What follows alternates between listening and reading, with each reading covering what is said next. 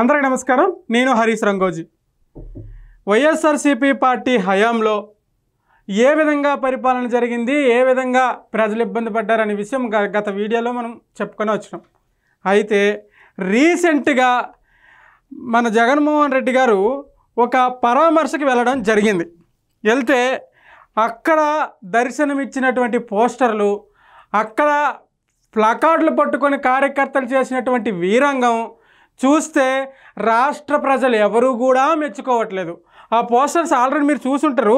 మళ్ళొక్కసారి ఆ పోస్టర్స్ కోసం మనం మాట్లాడుకుందాం. ఏది ఇదిగో 2029లో వైఎస్ఆర్సీపీ వచ్చిన వెంటనే గంగమ్మ తల్లి జాతరలో వేట తలలో నరికినట్టు రప్పా రప్ప నరుకుతాం ఒక్కొక్కడిని అనేది ఒక పోస్టర్ కనబడుతుంది. దీనివల్ల పార్టీకి ఎంత నష్టము ఎంత లాభం అనేది మనం తర్వాత డిస్కస్ చేద్దాం. ఇదొక పోస్టర్ చూడండి. రప్పా రప్ప నరుకుతాం నా కొడకల్లారా, ఇదొక పోస్టరు. వైఎస్ రాజశేఖరరెడ్డి రాజ్యాంగం పల్నాడు నుంచే మొదలు. ఇగో ఈ పోస్టర్లు పెట్టుకొని అక్కడ చేసినటువంటి వీరంగం. అయితే దీని గురించి జగన్మోహన్ రెడ్డి ఏం మాట్లాడుతున్నాడో ఒక్కసారి చూద్దాం. జాతరలో పొట్టేళ్ల తలకాయలు కోసినట్టు రప్ప రప్ప రప్ప రప్ప రప్ప రప్ప రప్ప రప్ప నరికేస్తాం. అదొక పోస్టరా? సినిమా డైలాగులు పెట్టినా కూడా తప్పేనా? అసలు డెమోక్రసీలో ఉన్నామా, డెమోక్రసీలో లేమా స్వామి? మనం ఇది నాకు అర్థం కాదు. టీడీపీని రప్ప రప్ప కోసేస్తానని కూడా అంటున్నాడని కూడా సంతోషపడు. జగన్మోహన్ రెడ్డి గారు, మీరు నాకు తెలిసి మీరు తప్పుగా అనుకోకండి కానీ సార్, మీరు పూర్తిగా కాన్షియస్ తప్పారేమో నాకు అనిపిస్తుంది. ఎందుకంటే మొన్నటి వరకు నేనే చాలా వీడియోలు చేశా. ఏమని చేశా? జగన్మోహన్ రెడ్డి గారు చుట్టూ ఉన్నటువంటి క్వార్టరీ పార్టీని కిందకి తోసేస్తుంది, పార్టీని భూస్థాపితం చేసేస్తుంది అని చెప్పేసి నేనే మాట్లాడా. ఈరోజు మీరు చేసినటువంటి ఈ పని చూస్తుంటే మీరే పార్టీని నాశనం చేసుకుంటున్నారేమో అని నాకు అనిపిస్తుంది. ఎందుకంటే చనిపోయిన వ్యక్తి ఎవరు? ఆయన ఏమైనా మంచోడా, లేకపోతే ఆయన ఏమైనా మహాత్ముడా, లేకపోతే నలుగురికి మంచి పని చేసిండా? బెట్టింగ్లు ఆడి అప్పుల పాలయ్యి ఫ్యామిలీని అప్పుల పాలు చేసేసి ఫ్యామిలీని రోడ్డును పడేసి ఆత్మహత్య చేసుకున్నటువంటి ఒక వ్యక్తి. అఫ్కోర్స్ చాలా బాధాకరమే. ఆ ఫ్యామిలీకి ప్రగాఢ సానుభూతి తెలుపుతున్నాను నేను కూడా. అలాంటి వ్యక్తి దగ్గరికి వెళ్ళారు, ఓకే, మీ పార్టీకి సంబంధించినటువంటి వ్యక్తి కాబట్టి ఓకే వెళ్ళావు. చనిపోయినటువంటి వ్యక్తి దగ్గరికి వెళ్ళి 2 ప్రాణాలు తీసేసినావు కదా, ఇది ఎంత ఘోరం. వెళ్ళావు ఒక పర్సన్ దగ్గరికి, ఆయనకి విగ్రహానికి దండ వేయడానికి దేనికి వెళ్ళావు. నువ్వు వెళ్ళిన తరంలో మరో 2 ప్రాణాలు తీసేసావు కదా దానివల్ల. సరే, అక్కడక్కడ అయింది. మనం వెళ్ళింది దేనికి? వాళ్ళకి పరామర్శించడానికి, వాళ్ళకి ధైర్యం చెప్పడానికి, నేనున్నా మీకు అండగా అని చెప్పడానికి మీరు వెళ్ళారు. Yes, am I right? Okay. అయితే ఈ ప్లకార్డులు ఏంటండి? రపా రపా కోసేస్తాం, నరుగుతాం ఒక్కొక్కడిని, రాజారెడ్డి రాజ్యాంగం స్టార్ట్ అవుతుంది. ఏ సందేశం ఇస్తున్నారు? ఎవరికి భయపెడుతున్నారు? ఎవరు భయపడతారు? ఆలోచించండి ఒకసారి.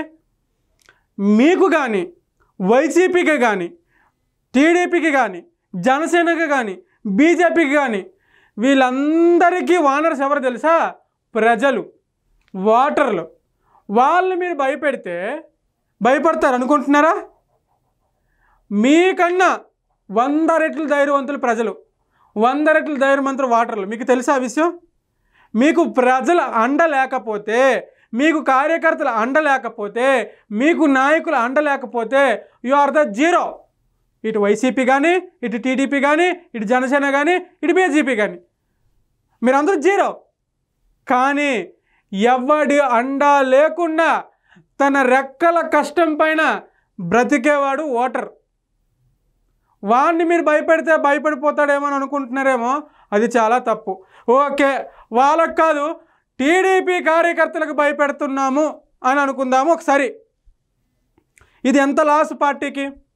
ఏ పార్టీ అయినా 5 సంవత్సరాలు పాలించిన తర్వాత ఎన్నికల దగ్గరికి వచ్చేసరికి 10% ఓట్లు అటు ఇటు జంప్లింగ్ అవుతాయి. ఆ విషయం రాజకీయ అనుభవం ఉన్నటువంటి ఎవరికైనా తెలుస్తుంది.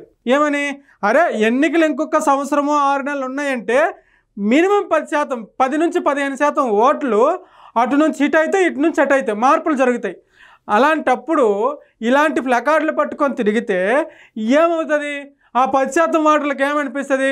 ఓహో, మళ్ళీ జగన్మోహన్ రెడ్డి అధికారంలోకి వచ్చిన తర్వాత మళ్ళీ ఇదే రౌడీ రాజ్యాంగం నడిపిస్తాడు, ఇదే రౌడీ పాలన నడిపిస్తాడు, ఇలాంటి వ్యక్తికి మళ్ళీ మనం ఎందుకు పరిపాలించే అవకాశం ఇవ్వాలి, మళ్ళీ మనం ఎందుకు సీఎం కుర్చీ ఎక్కించాలి అని ఆలోచించడా? ఈ చిన్న లాజిక్ ఎందుకు మర్చిపోయారు టీడీపీ కార్యకర్తలు? ఈ ప్లకార్డులు పట్టుకున్న వాళ్ళు సరే వైఎస్ఆర్సీపీ పార్టీ పైన అభిమానంతో పట్టారో లేకుంటే ఇంకేం జరిగిందో నాకు తెలియదు, నేను మాట్లాడను. కానీ వైఎస్ఆర్సీపీ పార్టీ మీద అభిమానంతోనే పట్టుకుంటే ఇది ఎందుకు ఆలోచించలేదు? అరే ఈ ప్లకార్డులు పట్టుకుంటే ప్రజల దగ్గర వైఎస్ఆర్సీపీ పార్టీకి చాలా చెడ్డ పేరు వస్తుంది అని ఎందుకు ఆలోచించలేదు? దీనివల్ల ఎవరు నెగిటివ్గా పోర్ట్రేట్ అయ్యారు? ఆబ్వియస్లీ వైసీపీ పోర్ట్రేట్ అయింది. జనరల్గా జగన్మోహన్ రెడ్డి అనే వ్యక్తి చాలా కరుడుగట్టిన మనస్తత్వంతో పరిపాలిస్తాడు, లేకుంటే రౌడీ రాజ్యం పరిపాలిస్తాడు, లేకుంటే ఏమంటారు అధికారంలోకి వస్తే కార్యకర్తల్ని వేధిస్తాడు అని చెప్పేసి గత 5 సంవత్సరాల్లో ప్రజలు విసిగి వేసారిపోయి ఉన్నారు. 11 సీట్లు ఇచ్చారు. మళ్ళీ మీరు ఇలాంటి ప్లకార్డులు పట్టుకొని నిలబడితే బుద్ధి చెప్పినా కూడా మన వాళ్ళకి బుద్ధి రాలా. ప్రజలు 11 సీట్లు ఇచ్చి భూమి మీద కూర్చోబెట్టినా కూడా మనవాడికి బుద్ధి రాలా.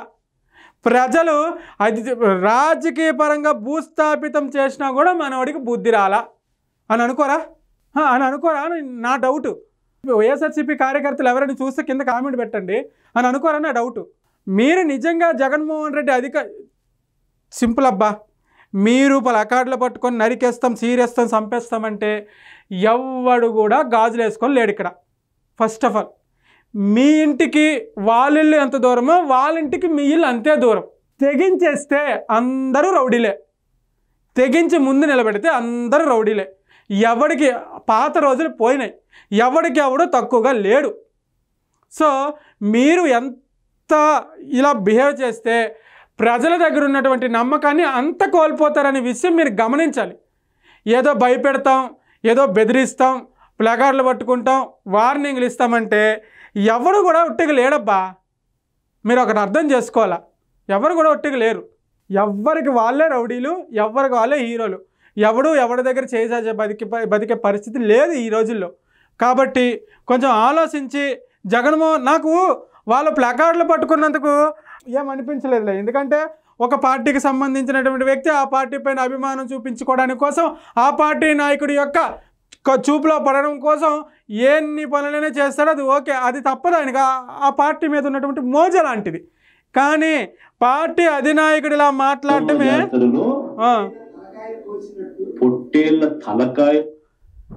ఇలా మాట్లాడటమే సరికాదు అంట. అయిపోయింది. జగన్మోహన్ రెడ్డి మీద 10%, 15%, అరే ఓకే పోన్లే మారాడేమో, సరే ఓటేద్దాం ఈసారి కొంచెము, పోన్లే మనోడికి ఇంకొక అవకాశం ఇద్దాం అనుకునేవాడు మైండ్ సెట్ను కూడా మార్చే విధంగా ఉన్నాయి ఈ వీడియోలు. ఇక మీ ఇష్టం, అది మీరు ఎట్లా మార్చుకుంటారో మార్చుకుంటే మీ ఇష్టం, మార్చకపోతే మీ దేవుడు కూడా మిమ్మల్ని కాపాడలేడు అంతే. ఇది ఈ వీడియో పైన మీ అభిప్రాయం ఏమంటే కింద కామెంట్ రూపంలో తెలియజేయండి. Thank you.